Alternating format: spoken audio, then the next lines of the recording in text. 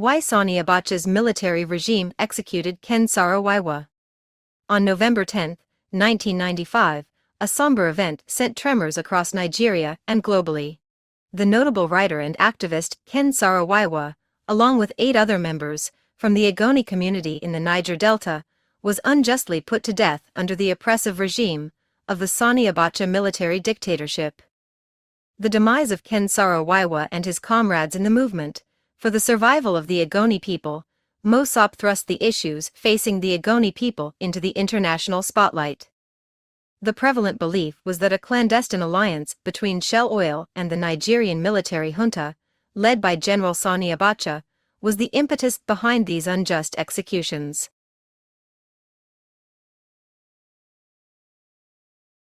Saro Wiwa had emerged as a formidable critic of oil extraction in Nigeria and its environmental repercussions for the Igoni community.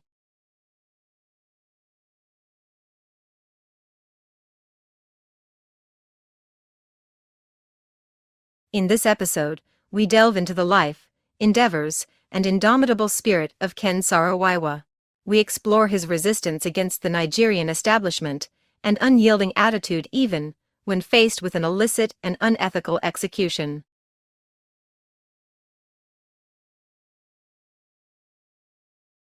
In the annals of Nigeria's history, November 1908 stands out as the month when the first oil exploration took place at Lekki Lagoon, on the eastern fringes of present-day Lagos State. The 1950s heralded a pivotal moment for Nigeria. The uncovering of abundant petroleum reserves in the Niger Delta. Production commenced in 1958, paving the way for an industry boom and drawing numerous international oil magnates. As Nigeria grappled with the teething troubles of a nascent nation post-independence, the oil industry became its economic linchpin. The country saw a proliferation of oil rigs and an extensive pipeline network to cater to local and global demands. The aftermath of the Nigerian Civil War in 1970 saw an uptick in the oil industry. However, this newfound reliance mutated Nigeria into a rentier state, prioritizing oil-centric economic agendas over establishing holistic and operational governance. This heightened dependence also ushered in myriad problems, with the government's revenue becoming singularly tied to the oil industry. The Niger Delta, the Igoni region in particular, became a fiscal lifeline for the state, indirectly bankrolling the government and its often corrupt bureaucrats. Burgeoning issues like environmental degradation, corruption, and socio-economic disparities marred the euphoria of newfound wealth. Big corporations wreaked havoc in areas like the Igoni region. Decrepit infrastructure like deteriorating pipelines and incessant gas flares led to oil spillages, contaminating land, water sources, and the air residents breathed. Ken Saro Wiwa, an Igoni native, found it unbearable to witness the suffering of his kin. Thus, he vowed to amplify their plight to a global audience.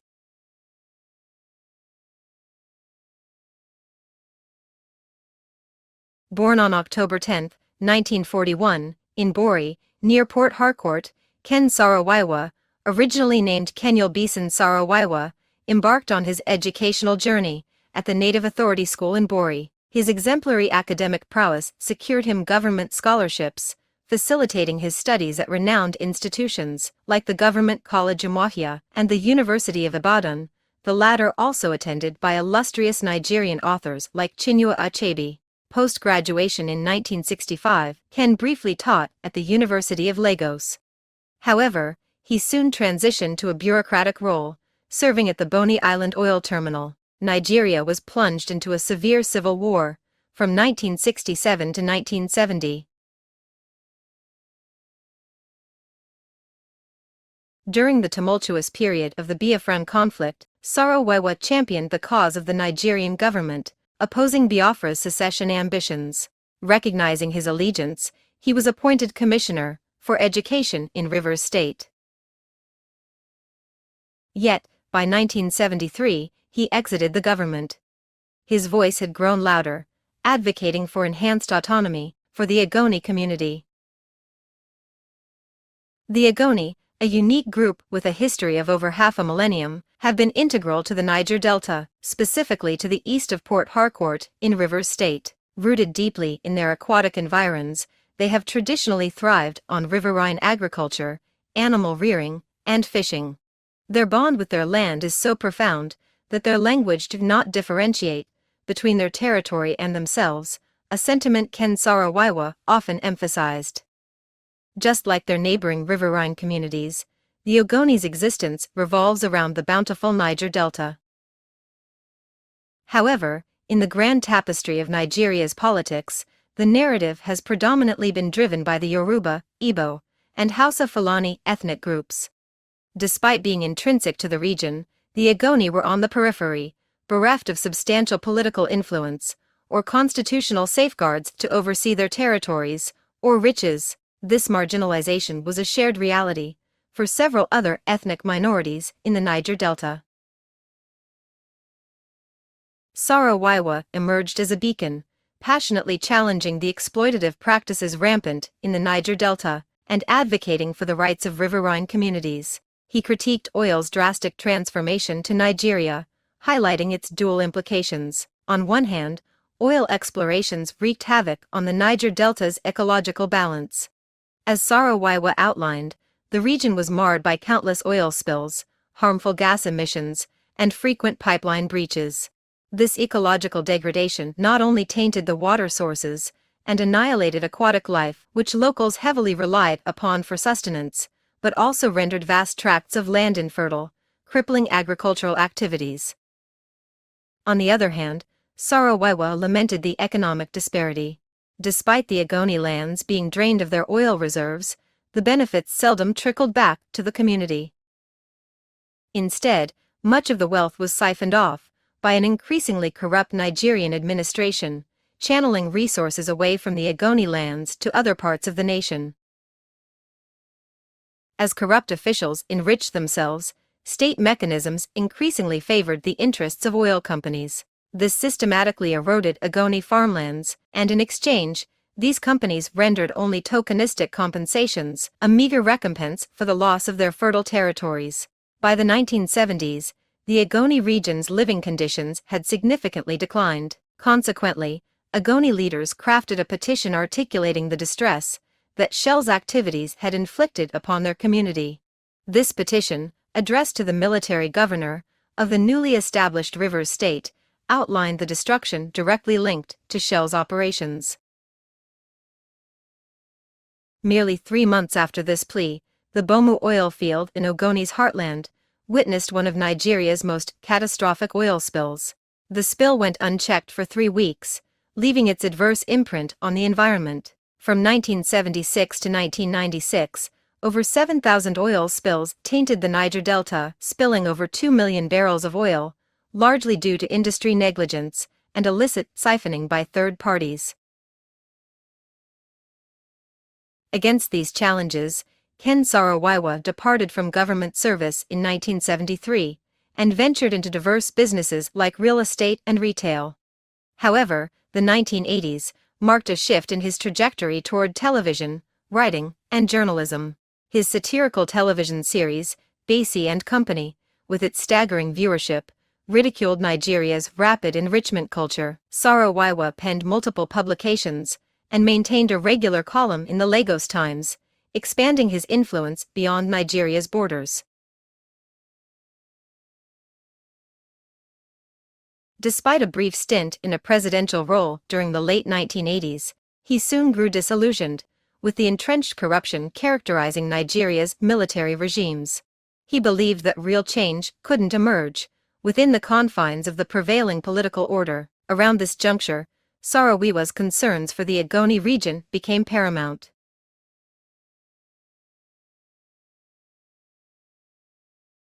In the early 1990s, catalyzed by the burgeoning global environmental movement, Saro Wiwa founded the Movement for the Survival of the Ogoni People, MOSOP. Harnessing his platform as the producer of Basie and Company, he mobilized funds and awareness for the Ogoni cause. His advocacy reached its zenith with a 1990 article in the Sunday Times titled "The Coming War in the Delta," wherein he championed a fair redistribution of oil wealth for local communities.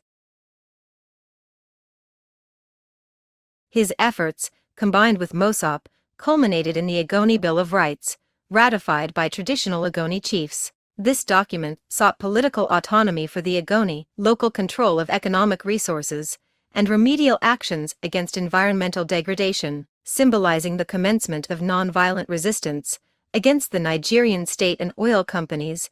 These demands were largely disregarded by Nigeria's military leadership. However, international environmental and human rights organizations were more receptive. Mosop's resilience persisted, and in 1992, they addressed Shell, Chevron, and the state-run Nigerian National Petroleum Company, demanding a whopping $6 billion compensation for decades of oil extraction since 1958.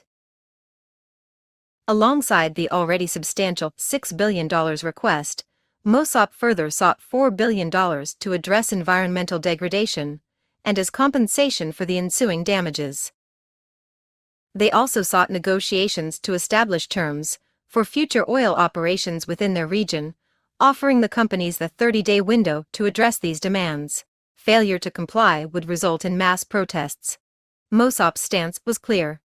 The Ogoni people had to defend their rights, since the government seemed uninterested in their plight. Shell held the most substantial presence in the region, among the three oil conglomerates, making it Mosop's primary adversary.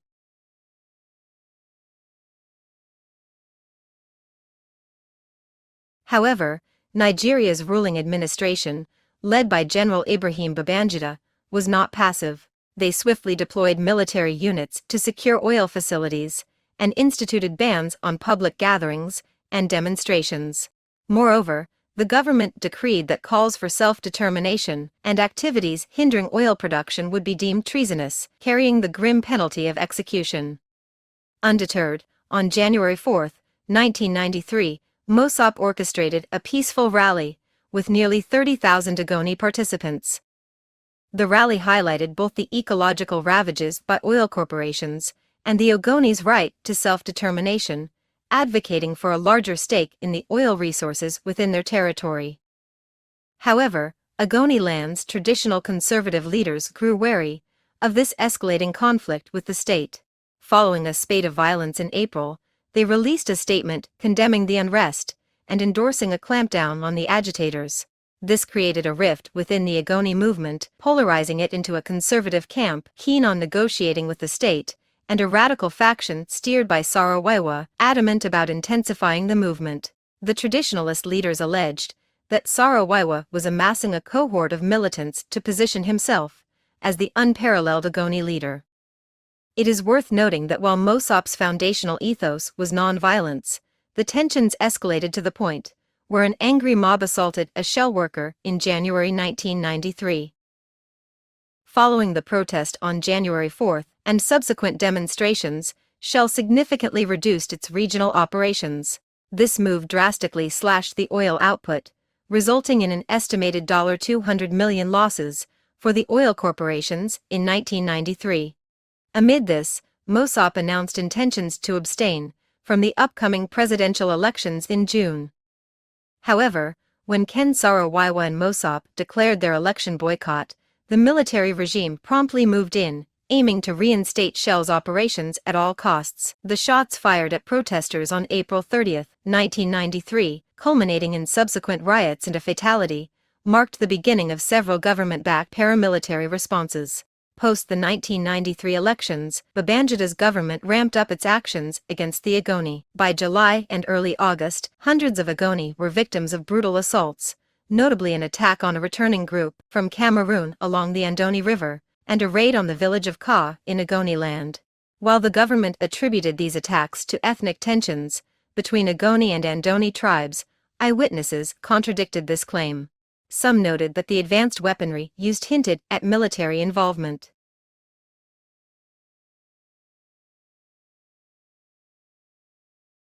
Saro Wiwa's advocacy was precarious, coinciding with the political tumult leading to the 1993 elections. The political crisis that unfolded post-election saw General Sani Abacha seizing power. Under Abacha's rule, Nigeria went through a dark phase. He is estimated to embezzle around £6 billion from the state's treasury. This embezzlement, combined with unmatched levels of repression, placed him among the most corrupt 20th-century leaders. Those opposing the oil industry, Nigeria's primary revenue source, were particularly vulnerable under Abacha. This was evident in the government's severe actions against the Ogoni, especially Ken Saro Wiwa. Saro Wiwa's international mobilization for the Ogoni cause and the strain it put on Shell did not go unnoticed. As domestic oppression surged, the international community became more familiar with the Ogoni movement. However, internal conflicts within Mossop saw a rift between Saro Wiwa and other leaders.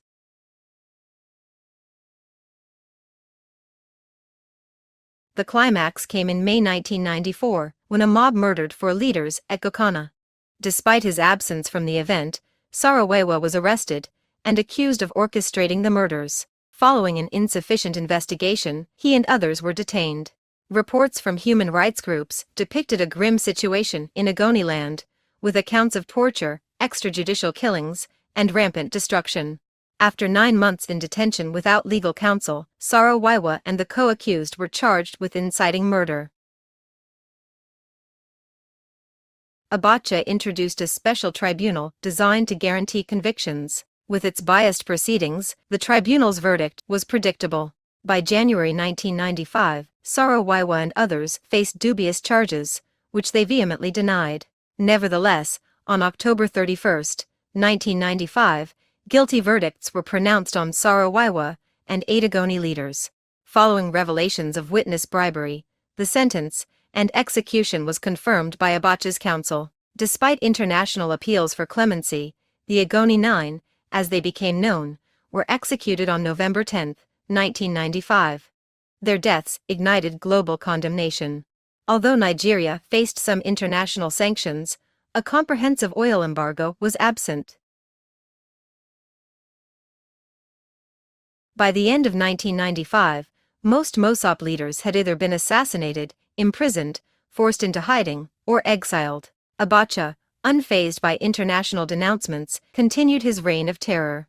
Seeking a popular mandate, Abacha's ambitions were cut short by his sudden death in 1998. Although Ken Saro Wiwa's life ended tragically in 1995, his legacy as a staunch advocate for the Ogoni people remains unblemished. Saro Wiwa's courage in confronting formidable adversaries, advocating for the Ogoni rights, and sparking a global movement is a testament to his enduring impact on Nigeria's history. If you found this recount informative, stay tuned for more on People and Power, the African biographies. Remember to hit the like button and subscribe for more enriching stories. Delve deeper into Africa's untouched narratives where voices go unheard and stories remain unfolded. Thank you for tuning in.